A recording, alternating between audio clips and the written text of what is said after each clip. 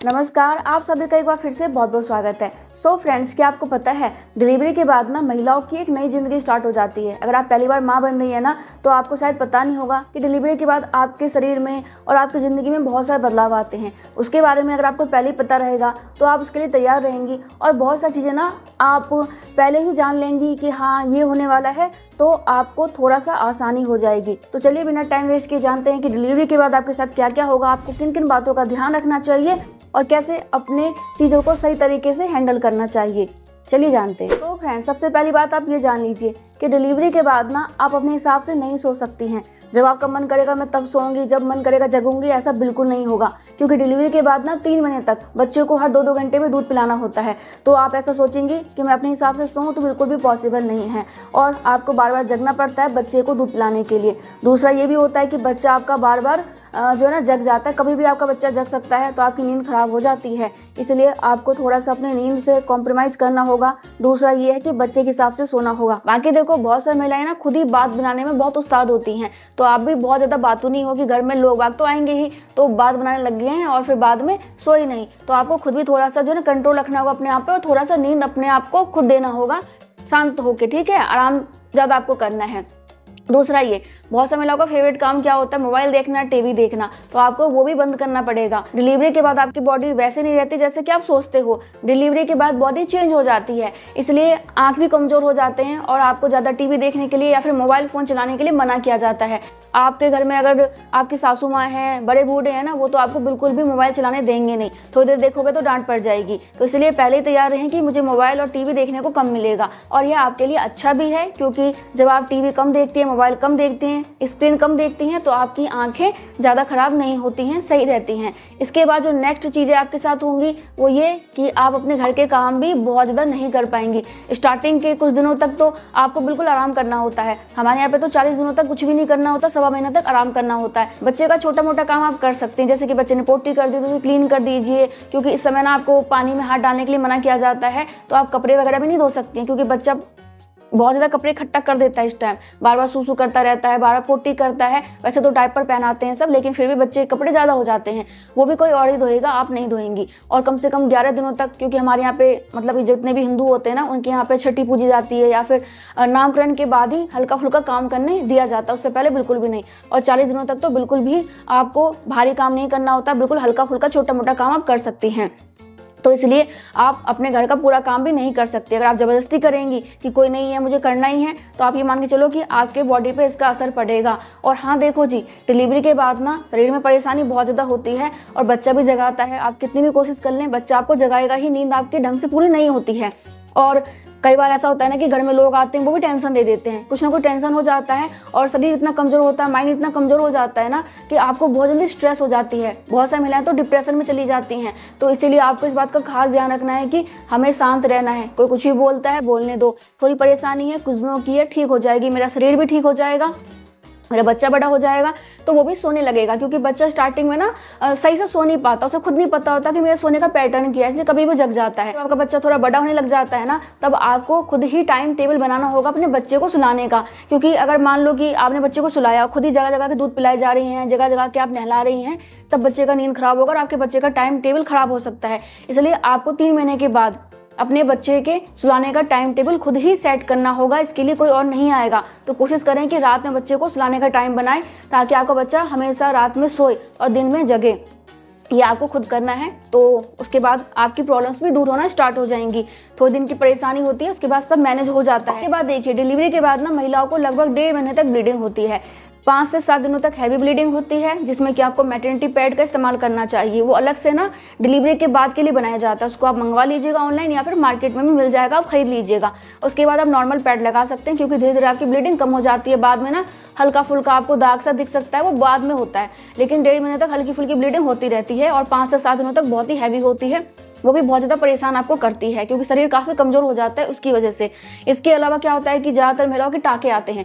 Caesarean delivery हुई है तो फिर तो आपका पेट पूरा काटा जाता है, तो बहुत ज़्यादा परेशानी होती है। नॉर्मल डिलीवरी होती है तब भी आजकल डॉक्टर कट लगा देते हैं, चीरा लगा देते हैं, उसमें भी परेशानी होती है, उठने बैठने में, चलने फिरने में, लेटने में, हर एक चीज़ में परेशानी होती है, दर्द अलग होता है।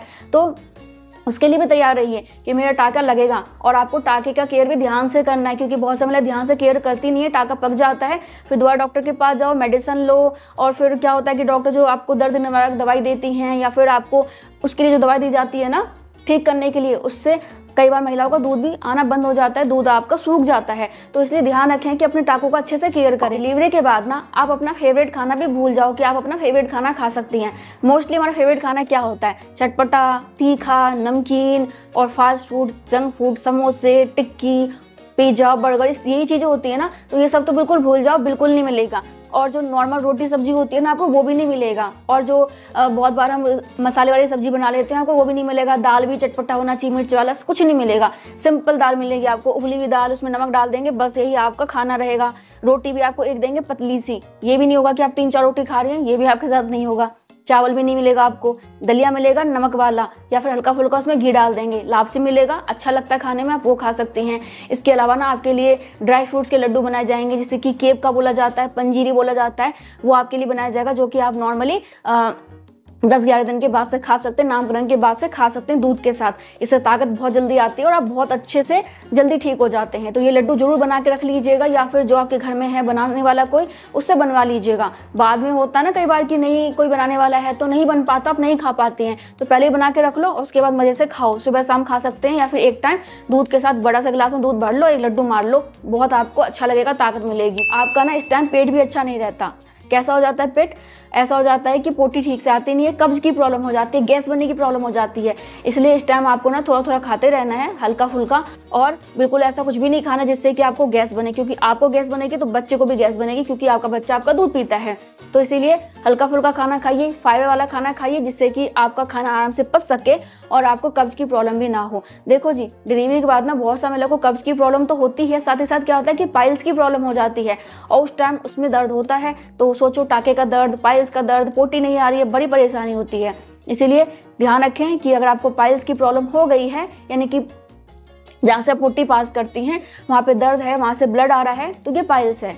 तो आपको डॉक्टर के पास जाना है, मेडिसिन लेके आना है, ठीक हो जाएगा, चिंता मत कीजिएगा। बाकी देखिए, बहुत सारी महिलाओं को ना ठंडा पानी पीना, कोल्ड ड्रिंक पीना बहुत पसंद है, लेकिन आप वो भी नहीं ले सकती हैं। आपको केवल गर्म पानी ही पीना है, और हो सके तो अजवाइन का पानी पीजिए। और गर्म पानी कितना होना चाहिए? जितना कि आप बर्दाश्त कर सकें, गुनगुना नहीं, गर्म पानी पीना है। क्योंकि गर्म पानी पीने से क्या होता है कि अंदर से आपकी सिकाई होती है, पेट आपका क्लीन रहता है, जो भी गंदगी रहती है पेट से निकलती है। साथ ही साथ जब आप डिलीवरी करते हैं ना, तो आपकी मांसपेशियाँ भी थोड़ी सी जख्मी हो जाती हैं, तो उसको सही करने के लिए आपको गर्म पानी पीना चाहिए। तो 40 दिनों तक आप केवल गर्म पानी ही पीजिए, यह आपके लिए बहुत ज़्यादा बेस्ट रहेगा। ठंडा पानी पियेंगे तो आपको और ज़्यादा दर्द की प्रॉब्लम हो जाएगी।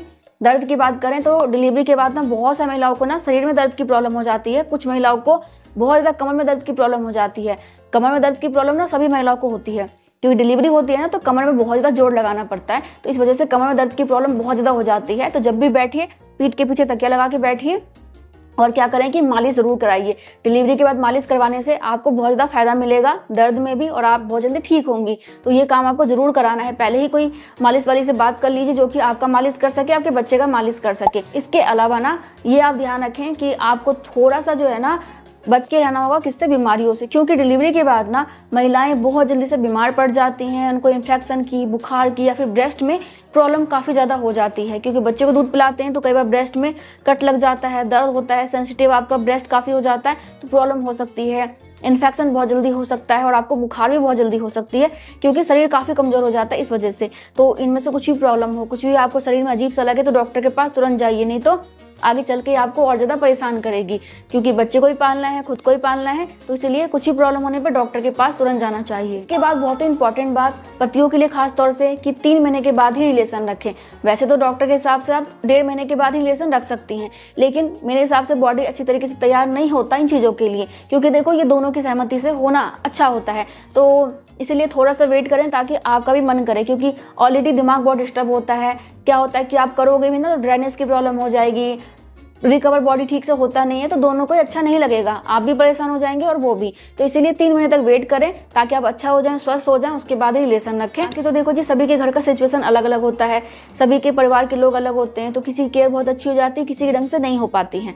और कई बार ऐसा होता है कि बहुत सारी चीज़ें हमें खुद ही करनी होती हैं। तो इसीलिए मैंने आपको पहले दिमाग में दे दिया कि ये चीज़ें होती हैं। मैंने आपसे कुछ भी छुपाया नहीं कि ये छुपा लूँ, ये ना बताऊँ, कहीं डर जाओ, नहीं, डरना नहीं है। जो चीज़ें हैं, कोई भी परेशानी है, सभी का हमें सामना करना है। हमें पता होना चाहिए कि परेशानी जीवन में आएंगी और डिलीवरी के बाद तो आती ही है। मैं आपसे छुपा लूँगी तो ऐसा नहीं कि आपकी परेशानी खत्म हो जाएगी, आपको दर्द नहीं होगा या फिर आप सो नहीं पाओगे, ये चीज़ें होना ही है। तो इसीलिए पहले ही तैयार रहिए, अपने आप को पहले ही मोटिवेट रखो जी, हाँ मैं कर सकती हूँ, मैंने डिलीवरी भी की है तो मैं ये भी करूँगी, तब आप आराम से कर लेंगे। नहीं तो क्या होगा कि घर में रिश्ते भी खराब होंगे, आप भी बीमार हो जाओगी, क्योंकि बहुत सा महिलाएं ना डिलीवरी के बाद बीमार पड़ जाती हैं और हमेशा बीमार रहती हैं। जैसे पहले स्वस्थ रहती थी ना, वैसे कभी नहीं रह पाती हैं, क्योंकि डिलीवरी के बाद ना वो बहुत ज़्यादा परेशानी ले लेती हैं, काफ़ी अवसाद में चली जाती हैं, चिड़चिड़ी हो जाती हैं, फिर उनका आदत ही ऐसा बन जाता है और वो बीमार सी रहना, चिड़चिड़ी रहना, ऐसा उनका लाइफस्टाइल हो जाता है। इसे थोड़ा सा शांत रहिए, जो हो रहा है होने दीजिए, बस जो हमारे सामने चीज़ें हैं, सिचुएशन है, उसको हमें हैंडल करना है। तो बस यही है, बाकी आपको कुछ भी पूछना तो आप कमेंट कर सकती हैं। मैं मिलूंगी नेक्स्ट वीडियो में, तब तक के लिए bye bye, thank you so much, नमस्ते।